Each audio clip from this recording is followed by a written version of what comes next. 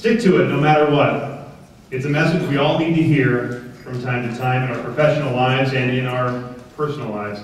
Kris Harty was born to share that very message, stick to it no matter what. Sometimes heartfelt, sometimes funny, and always relevant. Kris shares her story of 3 can't live without them tools you can use to overcome your obstacles, challenges, setbacks, and loss. Kris's company, Strong Spirit Unlimited, exists to encourage people to keep trying and to keep going. Kris's life story is continual challenges. She inspires, she offers hope to all. Please welcome Kris Harty and Stick to It no matter what.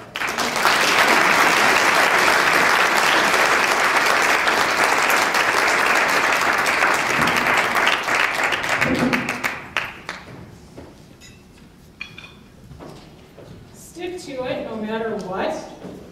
I quit. I'm done, finished, finito. I am out of here. Have any of you ever felt that way? Heads nodding. Yes, I think we've all wanted to quit at some point in life. And yet we go on. Maybe in your life it's been in your professional life, or maybe it's been in your personal life where you wanted to quit.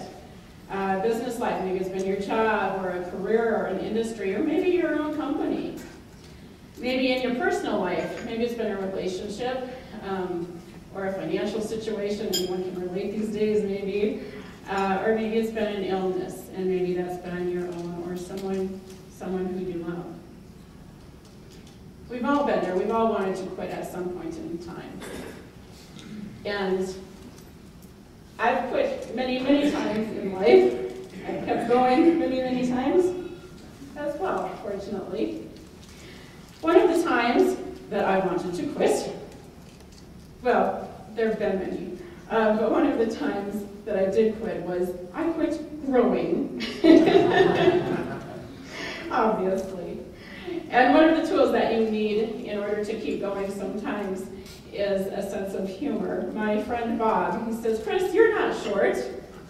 You're a fun size." I love that.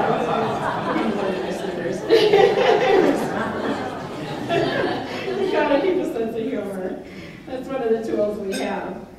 And there are also some other tools that we have to help us persevere that I'd like to share with you tonight. There's 3 tools, in fact. And we'll cover those briefly first, and then we'll touch on a little more detail as we go along tonight. Your first tool, I call them your stickabilities because they enable you to stick to it no matter what. And your first stickability is your core. What are you made of? Stickability number 2 is your grip. How firm of a grip do you have on your current situation? And stickability number 3 is your foundation. How grounded are you? What keeps you grounded? We'll cover all of those in a bit more detail as we go.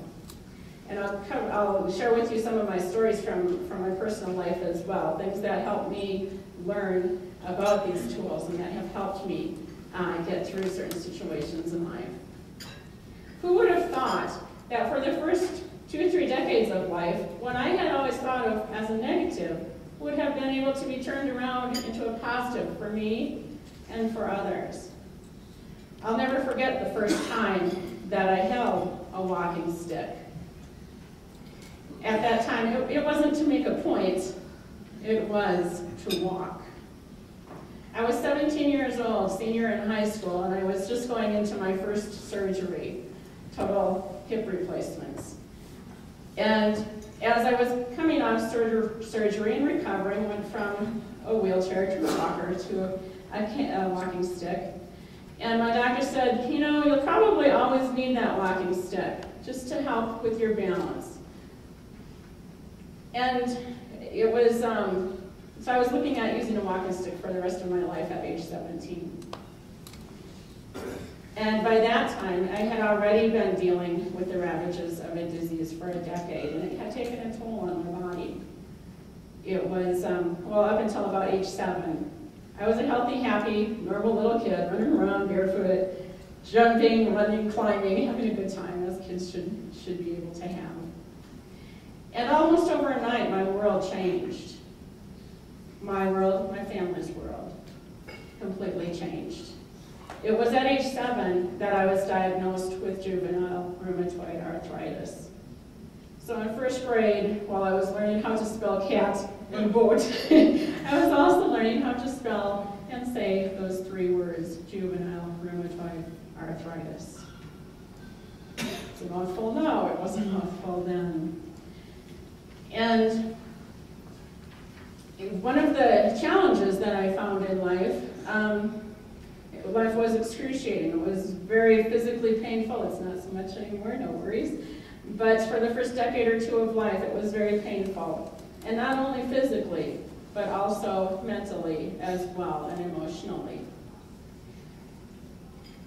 And despite that, the hardest obstacles that I came across were not necessarily the physical, although there were plenty of those, but the biggest obstacles were the intangibles. They were attitudes, my own and the rest of the world's. For instance, at age 16, I was told, Kris, you'll never be able to drive. You're not capable. I did it anyway. And then after high school graduation, I was told, Kris, you'll never be able to attend college, let alone graduate. And you certainly won't be able to work full-time and hold a job afterwards. You don't have the stamina. I did it. Anyway.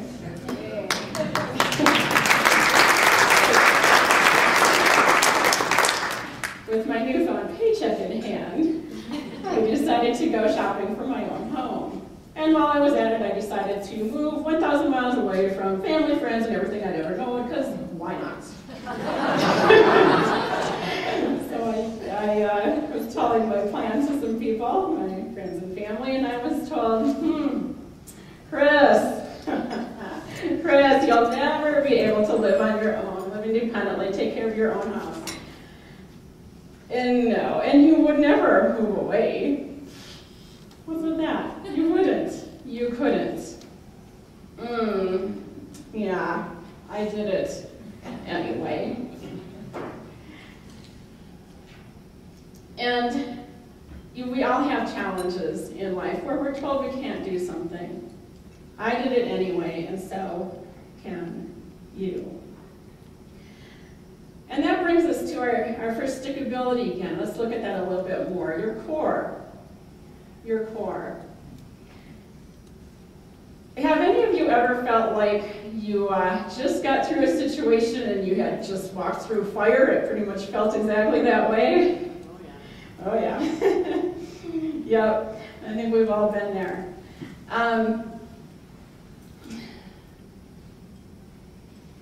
Just FYI, we'll get into this in a little bit here. This walking stick is made of hawthorn wood. Hawthorn wood is the wood that produces the hottest fire on Earth. I had traveled to Yellowstone National Park this summer, and as I did, I enjoyed the beauty. It's just a glorious, majestic place, just amazing. But part of it, also, you can still definitely see all the ravages, the scars of 2 decades ago. It's been 20 years since Yellowstone had the tremendous fires that we all remember. And you can still see the ravages of that. There's a lot of damage, a lot of scars, if you will. And as you're looking across the grand scenery there, miles across, you can see miles and miles and miles of trees, and old trees, what used to be trees, and they're pretty much just dead trees now. They have the scars, the trunks are still there, and all the scars from the fire are still there. But then as you drive through, you see new vegetation right alongside the scars. And the new trees, they all outnumber the old trees that were burned. They're 10 feet tall, they're 15, they're 20 feet tall, they're young, healthy, strong. trees right beside all of this scarred damage. You know, aren't we a bit like that too? We all have our scars, and sometimes that's all you see, and sometimes you don't see any of it. Sometimes those scars are invisible. And to just grab something real quick here. All right. Okay. What's that? What's that? Another Snickers? I could see if I could find one. Let's check on that, shall we? Was the chocolate cake not enough? All right. Okay, here we go. One other thing I quit was a dream to be a Rockies player. You'll understand why. So you're right here. I need your help for a moment. You can stay right there. Since you're pretty close here, can you see a scar that runs on my neck right here? It's right along the cord. You have to kind of look for it though, don't you? Yeah, and the light's probably not the best here to see either. But there's a definite scar here. And just to help everyone see a little more, we have a red marker here. Oh yes. Oh yes. And so the scar goes right about here, and it comes right down here. And I have practiced this in the mirror several times. But that's my scar. And I got that scar about 5 years ago in a neck surgery that I had where we had to fuse some vertebrae in order to allow me to continue to breathe, which is always a good thing in life. It's helpful. Back when the incision was new, it was very red and very, it was just very obvious. I use red now because it's the strongest color up there, which is important. We need to be strong. But it was very obvious at that time. And now, unless you knew me back then, you don't really ever notice that it's there. Occasionally someone will notice it. Say, Kris, what's that about? It's an old scar. So sometimes we have scars, all of us, whether it's on the outside or the inside, whether it's visible or not to others. But sometimes they fade over time, which is a good thing. Then we have other scars. And, for instance, right here, on my knees. Very big, very ugly scars. They're about 1 foot long and 1/2 inch wide. And they're not very pretty. In fact, they're rather ugly. But they're mine. And they're mine. They're paid for. Thank you very much. And then we have some other scars, because I've had hip replacement surgeries. And those are, oh wait, different stage, different shows.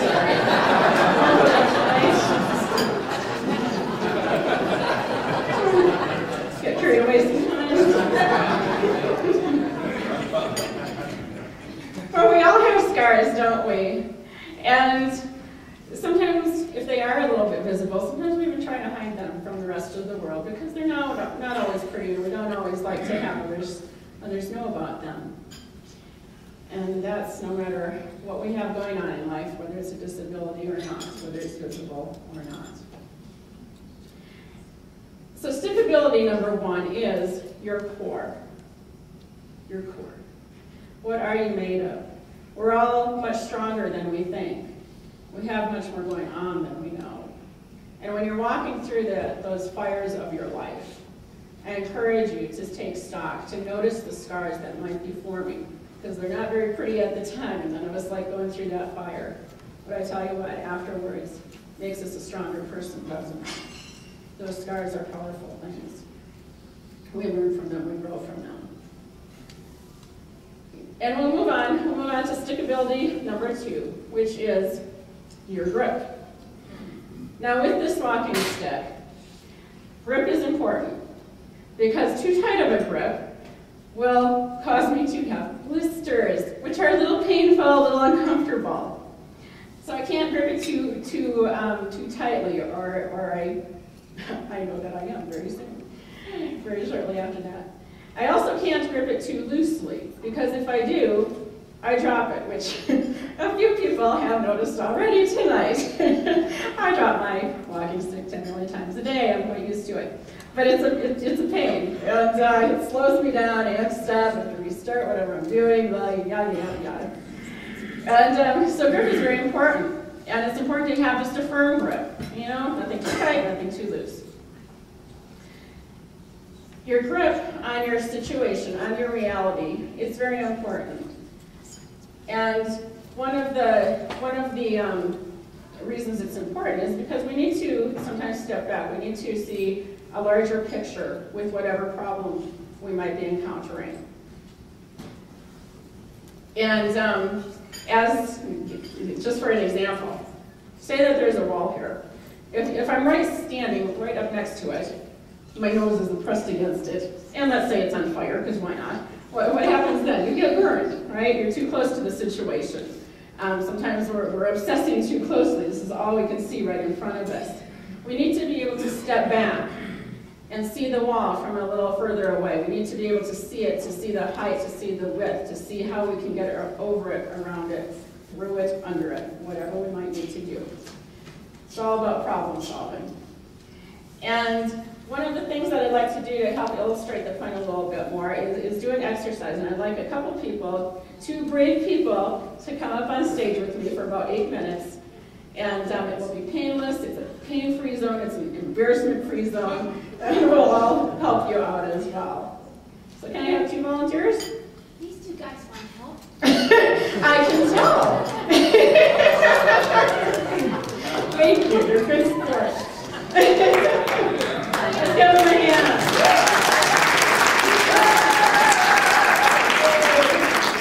Very good. You've been drafted, sorry. And your name? I'm Paul. Paul. And what do you do? I work at Walmart. Very But I good. fought the Yellowstone fire in 1980. Wow. I was there for 6 weeks. Oh my gosh, incredible. Well, thank you. Oh, it was awesome. I like that. Great, and your name, sir? Dan, And Dan, what do you do? manufacture RV products. Wow. Not as great as fire.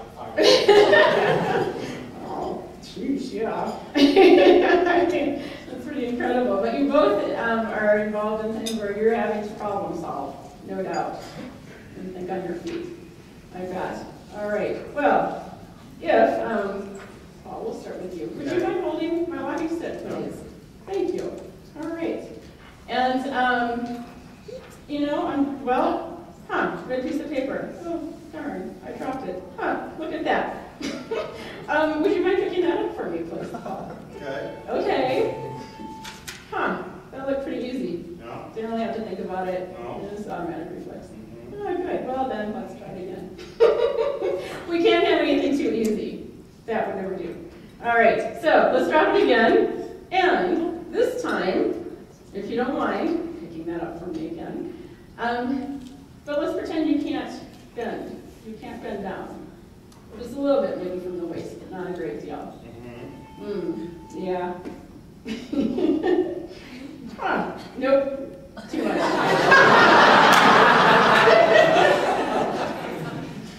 Yeah. So I can't do that either. Oh no. All right. Okay.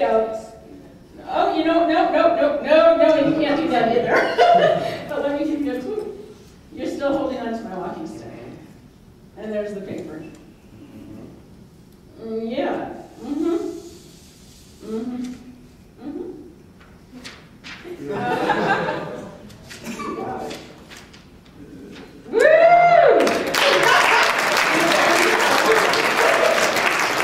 Good job. That was awesome.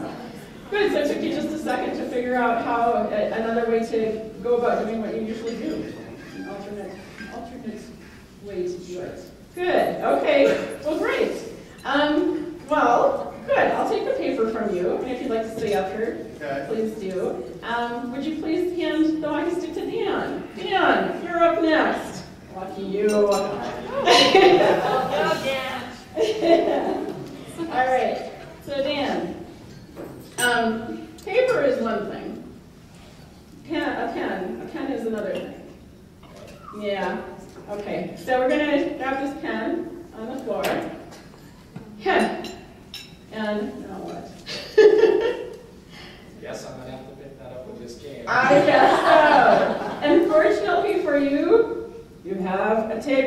dispenser nearby. Because we all carry tape dispensers with us. Trust me, some of us do. Yeah, so feel free to use whatever tools you might have right in your hands. And see what you can do. Figures you picked an inventor.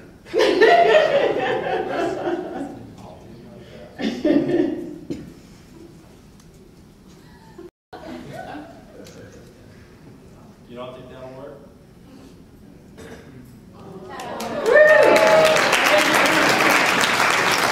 Oh, no, you got to, yeah, no, sorry. Yeah, no, that's not true. So now, what if you actually dropped the walking stick itself? Now, what are you going to do? To pick up the pen? No, you're done with the pen. Yep, you're done with the pen. And you're done with the tape. So, okay, so why don't you happen to drop that walking stick there, Dan? Please. Okay. And yeah, okay. So fortunately for you, you're wearing a belt. So, I don't know what to tell you. I need to rebel. Please.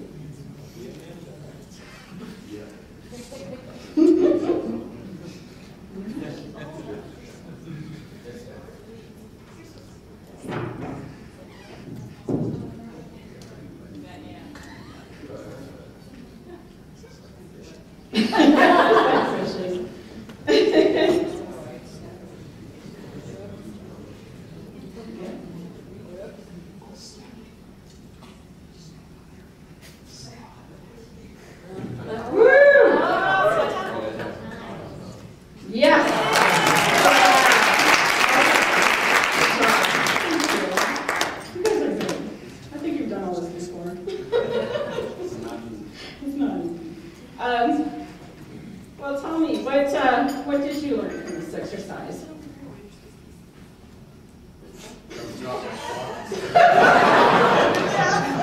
You know, never told me that before. You would have made life much easier. You're right.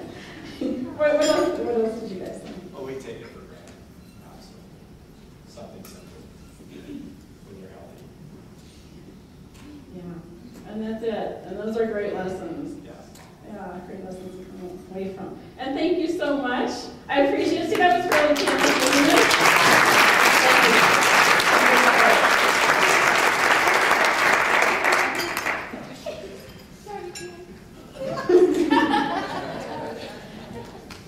Happens to me all the time. They're great sports.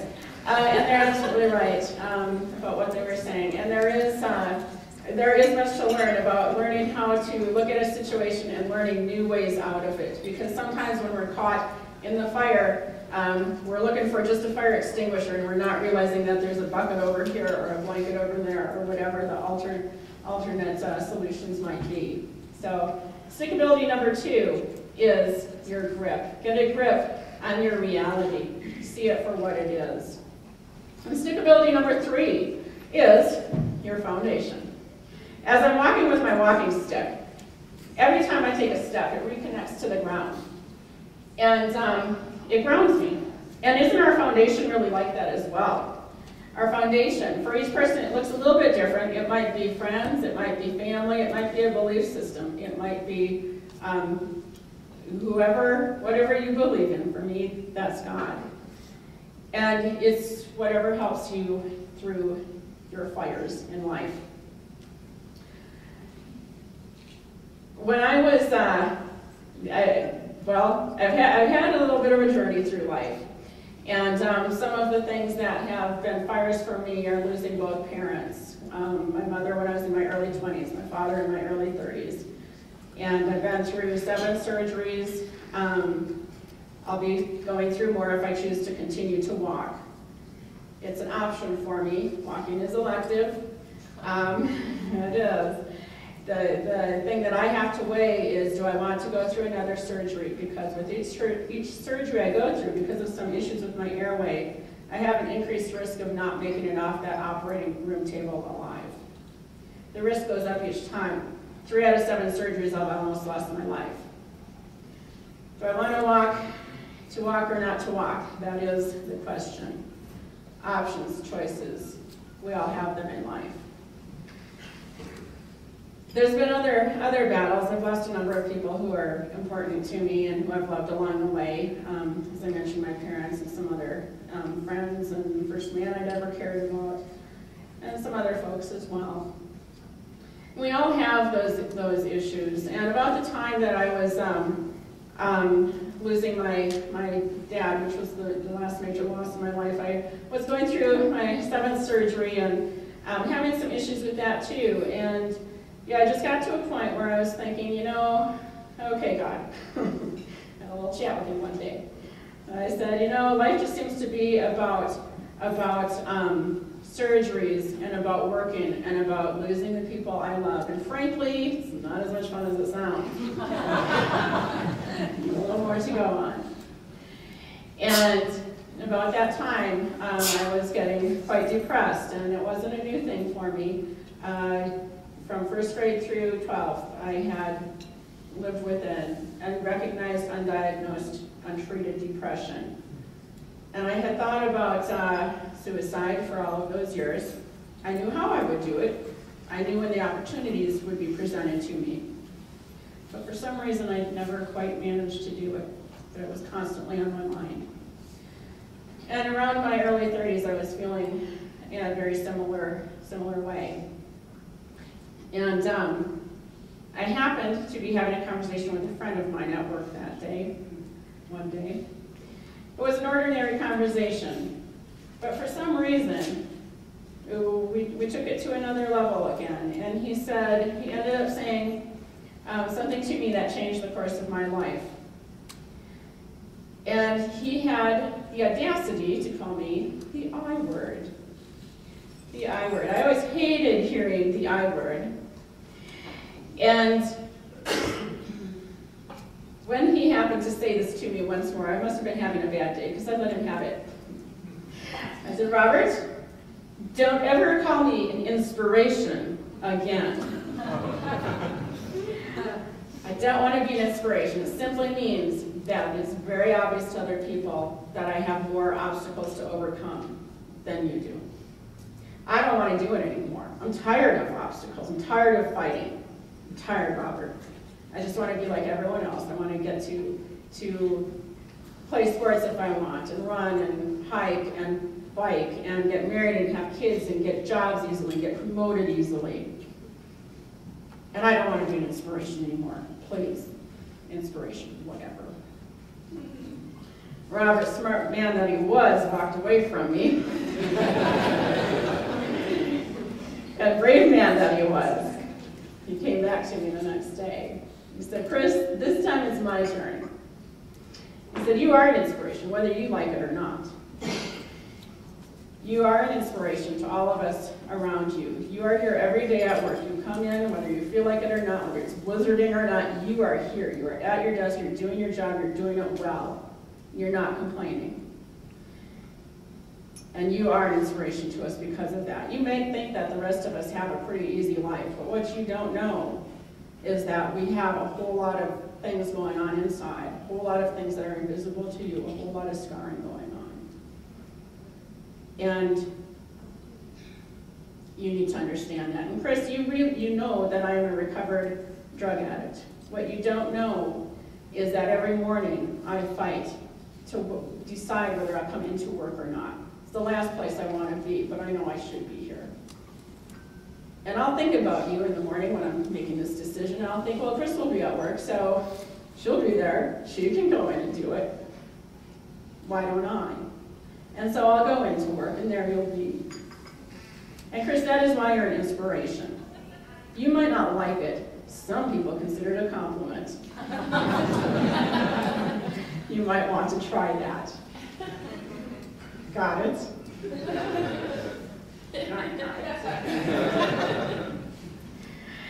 So, stickability number 3 is your foundation. Who or what in your life picks you up? Picks you up, dusts you off, gets you back on your feet again. Who's there to support you? Who are you there to support as well? So as we close today, I'd like to leave with you a quote that's stuck with me for 25 years since high school graduation, a quarter century ago. And the quote is by Booker T. Washington. "One's success is not to be measured so much by the level to which one rises in life, but rather by the number of obstacles one has overcome while trying to succeed." We all are trying to succeed. We're all facing obstacles. I challenge you next time you're going through a fire to remember your stickabilities. Your core, your grip, your foundation. When you most want to say, "I quit," you'll know how to stick to it no matter what. Thank you.